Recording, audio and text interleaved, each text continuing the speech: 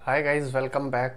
तो इस वीडियो में मैं बात करूंगा निफ्टी 50 के इंडेक्स के बारे में कि आने वाले टाइम में निफ्टी 50 का आउटलुक कैसा रह सकता है, किस डायरेक्शन में यहाँ से ओवरऑल इंडेक्स जा सकता है।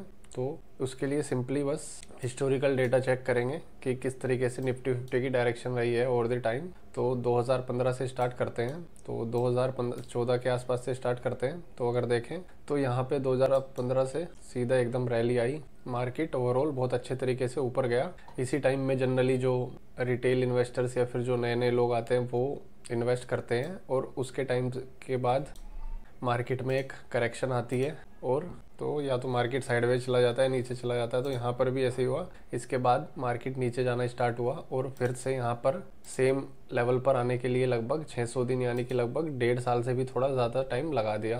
तो जिन्होंने इसमें पहले एंट्री करी होगी, जब रैली यहाँ से यहाँ तक स्टार्ट हुई थी, तो मोस्ट ऑफ द लोग क्या करते हैं, जो एंड ऑफ द रैली है यहाँ पे कहीं पे एंट्री लेते हैं, और उसके बाद से जब मार्केट में करेक्शन आती है तो वो कहीं ना कहीं पेशेंस बना के रखते हैं। और जब वापस इंडेक्स चलना शुरू होता है, ओवरऑल मार्केट चलना शुरू होता है, तो सब या तो अपने बाइंग प्राइस पे निकलने लग जाते हैं, या फिर अब उनको उम्मीद होती है कि यहाँ से फिर से ब्रेकआउट होके मार्केट ऊपर की डायरेक्शन में जाएगा, तो लोग वो बने रहते हैं। बट उसके बाद भी अगर आप देखो तो क्या हुआ है, उसके फिर से बाद यहाँ से यहाँ तक भी मार्केट ने अगर देखें तो यहाँ से यहाँ भी 185 दिन, फिर से इसके बाद 600 दिन और ले लिए, और उसके बाद भी नीचे गया और नीचे जाके ऊपर आया। तो ये जो 6 महीने का टाइम पीरियड होता है, इस पीरियड में जो मोस्टली लोग होते हैं वो फ्रस्ट्रेट होके निकलते हैं। और उसके बाद देखो अगर आप तो एक बहुत अच्छा बुल मार्केट आया, शार्प लगातार ऊपर गया, और लगभग ब्रेकआउट से भी देखें तो एक साल के अंदर अंदर 25% का रिटर्न, और लो लेवल से देखें तो लगभग 40% का रिटर्न 400 दिन में।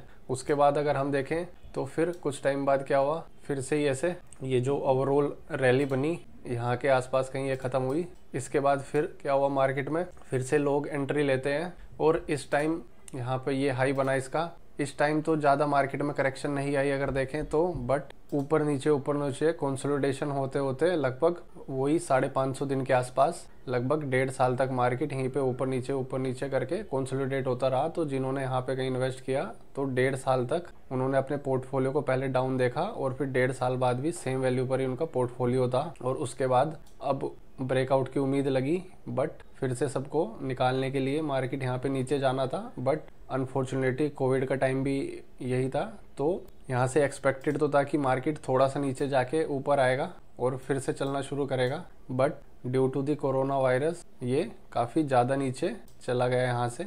बट अगर उसके बाद की स्टोरी हम लोग देखें तो उसके बाद फिर से हम लोग देखें तो एक ये जो सबसे फंसाने वाला टाइम पीरियड था, लगभग ये भी 6 महीने के आसपास ही चला, या फिर यहाँ पे देखें तो टू बी प्रेसाइज 225 दिन के आसपास, यानी कि लगभग 7-8 महीने का ये जो टाइम पीरियड था। इस टाइम पे मोस्ट ऑफ द लोग निकलते हैं फ्रस्ट्रेट होके, और उसके अगर हम बात देखें तो फिर से एक शार्प रैली आई जो कि बहुत ऊपर तक गई, पूरा अच्छा खासा बुल मार्केट रहा, और लगभग अगर देखें तो इस लेवल से 400 दिन में लगभग 70% का गेन आया। और उसके बाद फिर से जो रैली का एंड पार्ट था यहाँ पे, यहीं पे लोग इसमें एंटर किए होंगे बाद में अच्छी खासी बुल रैली देख के। और उसके बाद क्या हुआ, उसके बाद अगर हम देखें तो फिर से यहाँ पे ये मार्केट ने हाई बनाया, और ये टाइम है 2021 के आसपास का। और उसके बाद फिर से मार्केट करेक्शन में या फिर कंसोलिडेशन फेस में चला गया। तो हर बारी सेम चीज़ होती है, और इस बारी फिर लगभग नीचे 17-18% तक गया, और वापस सेम लेवल पर 408-409 दिन के आसपास आया, लगभग 1.25 साल के आसपास भी 1-1.5 साल बाद सेम प्राइस पर आया। तो ये जो नेगेटिव पीरियड होता है पोर्टफोलियो में, इस टाइम को तो लोग झेल लेते हैं, लेकिन जैसे ही फिर उनके बाइंग लेवल पर आने लग जाते हैं तो कुछ लोग धीरे धीरे एग्जिट करने लग जाते हैं, और कुछ लोग सोचते हैं कि हो सकता है यहाँ से फिर से ब्रेकआउट आए। तो इसके बाद अगर देखें हम तो ये जो फिर से नीचे आया मार्केट, सेम तीसरी बार सेम चीज़ करी इसने, और यहाँ से यहाँ तक देखें तो फिर से 6-7 महीने इसने लोगों को फ्रस्ट्रेट किया। और ये जो टाइम पीरियड है 6-7 महीने का, इसमें मोस्ट ऑफ द लोग फ्रस्ट्रेट होकर निकलते हैं। और उसके बाद अगर हम देखें तो फिर से एक शार्प रैली आई, ऊपर गया सीधा मार्केट, और इस बार तो अच्छी खासी बहुत बड़ी रैली आई। अगर ब्रेकआउट लेवल से भी देखें तो 1-1.5 साल में 40%, और अगर इस जो नीचे जाके ऊपर आया तो इससे लगभग 1.5 साल में 55% के आसपास का बुल मार्केट रहा 1-1.5 साल तक। उसके बाद अगर हम देखें तो ये यहाँ पे हाई बना, और अभी मार्केट ने क्या किया है, फिर से सेम लगभग 1.25 साल 1.5 साल के आसपास के बाद काफ़ी नीचे जाके लगभग सेम 16-17% नीचे जाके सेम लेवल पर आया।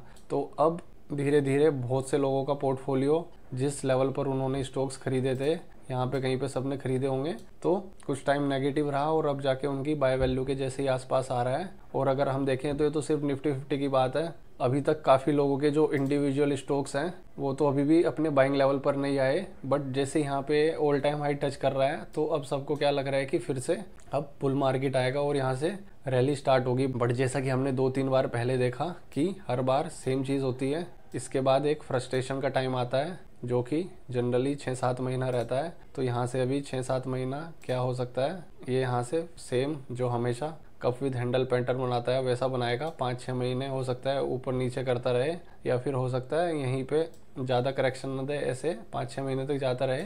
तो 5-6 महीने के बाद भी हमें निफ्टी 50 सेम ही लेवल पर दिखने वाला है, जिस हिसाब से मेरी प्रोडिक्शन है। क्योंकि अगर हम देखें जब से हमने 2015 से इसका देखा तो पहले एक बुल मार्केट रहा, फिर करेक्शन का टाइम पीरियड बना और फिर से ऊपर जाके नीचे आया तो एक कप विद हैंडल पैटर्न बना, उसके बाद फिर बुल मार्केट आया। सेकंड टाइम भी सेम कप विद, यहाँ पर बहुत सारे नीचे जाके ऊपर गया, यानी कि मल्टीपल हैंडल्स बने, और कोरोना के टाइम पे थोड़ा ज़्यादा ही नीचे चला गया, थोड़ा नीचे जाने के बजाय, बट उसके बाद सेम पैटर्न बना के फिर से एक अच्छा खासा बुल मार्केट रहा। उसके बाद फिर से नीचे गया, नीचे जाके ऊपर आया और फिर से ब्रेकआउट देने से पहले फिर से एक नीचे गया एक बार और कप विद हैंडल पैटर्न बनाया, और उसके बाद एक अच्छी खासी रैली आई। और अभी फिर से सेम बुल मार्केट के बाद नीचे करेक्शन फेस में है 1-1.5 साल से, और अभी सबको लग रहा है कि ब्रेकआउट होगा, बट अभी फिर से ये हिस्ट्री रिपीट करने के काफ़ी चांसेस है, फिर से नीचे जाएगा और उसके बाद ऊपर चलना शुरू करेगा। तो अभी